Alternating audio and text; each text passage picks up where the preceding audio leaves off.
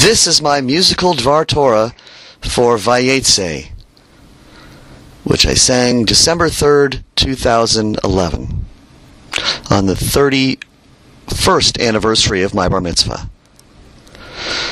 Vayetze, my Bar Mitzvah parasha, just 31 short years ago. I'm a song maker, a risk taker, so here's my Dvar Torah, what's in store, sung my way. We find Jacob out to see Haran, his uncle named Lavan is there. He's after a woman to call his wife. Maybe he'll get two, a pair of maidservants to boot. But the moon sliver was here. Dream, dream, dream, dream, dream. Jacob's dream, it's late at night. He's all alone, he rests his head upon a stone. Whenever he wants God, all he has to do is dream. Dream, dream, dream, dream a dream. A ladder he has found from the heavens to the ground, and angels ascending and descending. The Lord stood alongside, Jacob beamed with pride, for his lineage would be never-ending. His offspring, as numerous as dust, spread out in 4 directions. In God he'll trust, and God will not leave him until it's all fulfilled from his dream. Dream, dream, dream, dream. Dream, dream, dream. When Jacob woke up, he was astounded. He knew that God was in this place, but he never saw God's face. It was the gateway to heaven. He made an altar with the rock and poured oil right on top. He called the place Beit El, God's house to make God quell.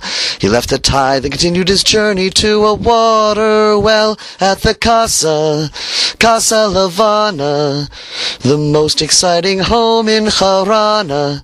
At the Casa Lavana, 3 flocks of sheep and a kiss that made him weep, 'cause at the Casa he fell in love.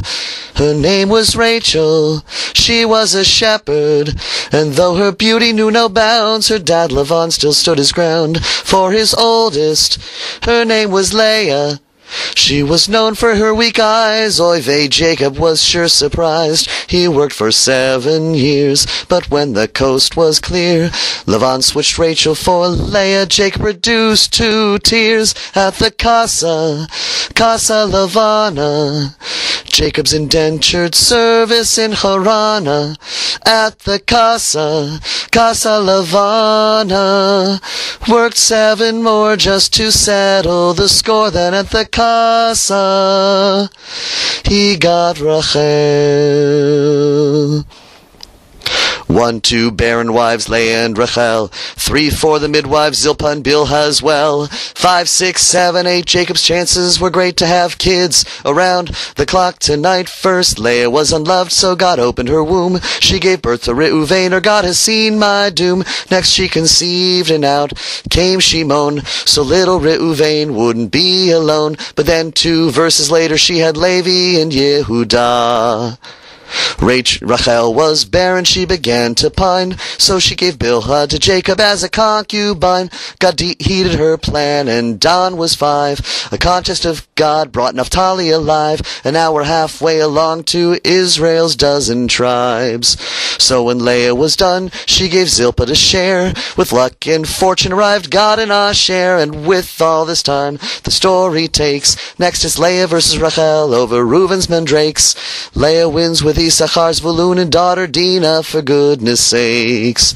So it was 10 sons born, 2 to go, and God remembered Rachel. Disgrace became a no-show, so the family welcomed Yosef's addition, Jacob's favorite by Rachel's own admission. But we'll save that colorful story for 2 weeks. The wives and kids were packed, it was time to go, but it was payback time. Lavan had to know what wages he owed Jacob for 20 years' time. Lavan was prosperous since Jacob appeared, though no money transpired, a transaction was cleared. Jacob asked for all dark sheep, all spotted and speckled goats. So trust me, give only this to me. Let my honesty testify for me. Hold me to it so we can finally go. They're leaving, but not right away. Lavan had one more trick to play. He took Jacob's sheep and goats for his sons. So Lavan stayed 3 days ahead, while Jacob tended to his flock instead. But just his luck, they made Jacob a wealthy man.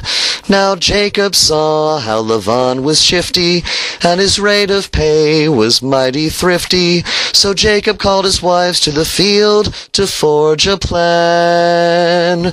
He said, God will provide for me. Put your love of daddy aside for me. Follow me to my father's land, Canaan. We're leaving with our livestock and stolen idols Rachel might just hawk. Don't tell Lavan where we have gone. Rising up on the 3rd day, Lavan found out and was angry. He went the distance with his kinsmen in tow for a big confrontation in Gilad. Oh, but Hashem was wiser, found Lavan in a dream, told him, don't mess with Jacob, he's a survivor. But not before Lavan found Jacob and berated him as he stared Jacob down with the eye of a miser. Face to face, there in Gilad, Lavan had to show his power. He said, I could break you if I wanted to, Jake, but God told me to keep you alive. Because Hashem is wiser, I will not mess with you. But where are the idols I'm not apprised of? Lavan searched all the tents, but Rachel rested on them, saying it was her time of the month. Lavan none the wiser. Well, the parasha ends in a time of trouble. Lavan's mistrust anchored Jacob, you see. Could each side find a way to let them be? Jacob recalled 2 decades of service, quite a proud soliloquy. Would Lavan find an answer to let them be? Let them be, let them be, Jacob's whole family. There must be an answer, let them be free. Lavan spoke next and said to Jacob, let's agree to disagree, but make a pact between us to let you be. So they took stones to serve as pillars, a mound of witness for all to see, a mound that no one crosses, will let you be. Let 'em be, Jacob's whole whole family. God will be the answer, let 'em be free. So they shared a meal and sacrifices, left judging to their deities, parted ways on the morrow, he let them be. Lavan kissed goodbye his daughters and grandkids, returned home while Jacob went free, free to meet God's angels at Machanaim.